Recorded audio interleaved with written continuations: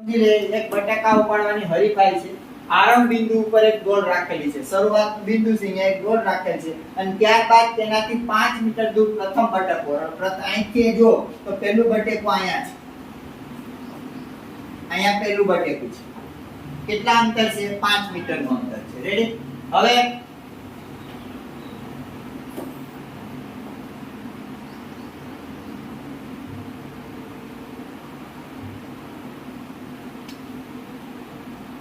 હવે સમજો કે અહીંયા 5 મીટરના અંતરે છે પહેલું બટેકું. પછી શું કીધું છે?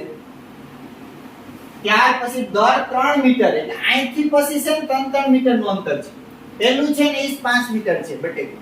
પછીના બધી બટેકા છે ને એ આ બટેકાથી 3 મીટર આનાથી 3 મીટર અંતરે મૂકેલા છે. હવે આવા 10 બટેકા રેખા ઉપર મૂકેલ છે. આવા ટોટલ કુલ કેટલા બટેકા છે? 10 છે. તો બટેકાની સંખ્યા કેટલી છે? 10 છે. એટલે n તો આપણી પાસે છે કેટલા છે? 10. હવે દરેક હરીફે બાલદી પાસે દોડી દરેક આ હરીફ છે દોડીને આવે છે અને પોતાની નજીકનું બટેકું ઉપાડે છે. જો અહીંયા આવે પેલો આ બટેકું ઉપાડે બરાબર. બટેકું ઉપાડી પાછા આવી બાલદીમાં નાખવાનું છે. એટલે આ લઈ આવે ત્યાંથી પાછા લઈ મૂકવા દે. અહીંયાથી જાય લઈ આવે પાછું મૂકી આવે. અહીંયાથી પાછું જાય લઈ પાછું આ બાલદીમાં નાખે છે. આ પ્રક્રિયા એની રમત છે. સમજાય? ત્યારબાદ જ આ પ્રમાણે બીજું ત્રીજું છેલ્લું બટેકું બાલદીમાં મુકાય ત્યાં સુધી દોડવાનું છે. છેલ્લું બટેકું 10 પૂરું થાય ત્યાં સુધી દોડે. હરીફે કેટલું અંતર દોડવું પડશે અને ટોટલ કુલ અંતર આપણને એસએન શોધવાનું છે કેટલું દોડવું પડશે. સૂચના કંઈક આપી છે કે પ્રથમ અને દ્વિતીય બટેકું ઉપાડવા હરીફ દ્વારા કપાતું અંતર મીટરમાં અહીંયા આપેલું છે 2 × 5 + 2 × 5 એ રીતે છે પણ એને આપણે ધ્યાનમાં નથી લેતા. જોઈએ આગળ શું કરવું છે. હવે સમજો કે હું તમને સમજાવી દઉં. પહેલા તો શ્રેણી કેમ બનાવી. શ્રેણી કેમ બનશે? જો પહેલા બટેકું ઉપાડવા ગયા એટલે અહીંયાથી અહીંયા સુધી ચાલ્યા ને આપણે એટલે 5 મીટર અંતર. હવે એ બટેકું ઉપાડીને પાછા મૂકી આવ્યા એટલે 5 જવાનું 5 આવવાનું. ટોટલ કેટલું અંતર? 10 થયું. તો પહેલું બટેકા માટેનું 10 અંતર થયું 10 મીટર. ચાલો પછી આગળ બીજું બટેકું અહીંયાથી ગયા અહીંયા સુધી એટલે આ 5 તો હતું. 5 માં 3 નાખો તો 8 થઈ ગયું. એટલે ટોટલ અહીં સુધીનું અંતર કેટલું થાય? 8. તો 8 ગયા ને પાછા 8 આવ્યા એટલે કેટલું થઈ જશે? 16. તો બીજું અંતર કેટલું થશે? 16. બીજું બટેકું લઈને આવ્યા ને ગયા એટલે કેટલું થાય? 16. એમ ત્રીજું બટેકું. ત્રીજા બટેકા માટે અહીંયા 16 હતા એટલે અહીંયા કેટલા હતા? 8. 8 માં 3 નાખો તો કેટલા થઈ જશે? 11. 11 છે તો 11 જવાનું ને 11 આવવાના જવાનું તો 11 ને 11 કેટલા થઈ જશે? 22. તો ત્રીજું ક્યુ થશે? 22. તો સમાંતર શ્રેણી આવી રીતે બનશે.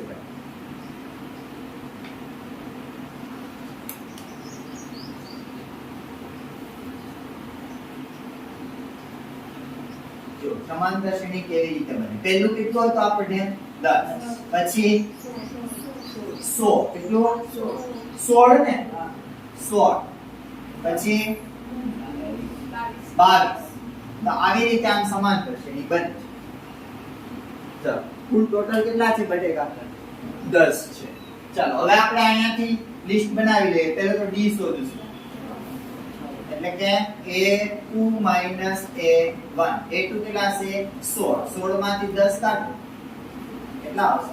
6. તો d આપણને કેટલા મળશે? 6. હવે લિસ્ટ બનાવી લો. a બરાબર કેટલા? 10. d બરાબર કેટલા? 6. n બરાબર કેટલા? 10.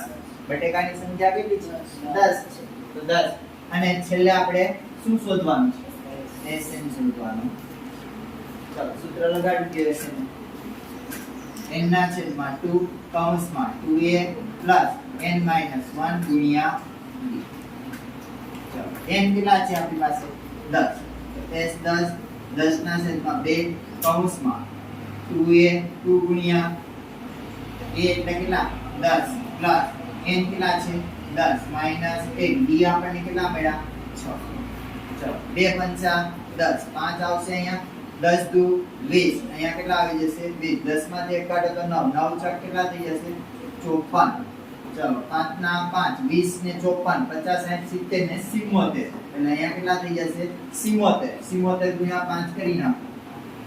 5 ચોકુ ને 20 5 * 35 38 ને 37 કેટલા થઈ જશે 370 તો S10 એટલે 10 બટેકા મીટર 370 મીટર અંતર કાપવું પડશે કેટલું કુલ અંતર કાપવું પડશે 370 મીટર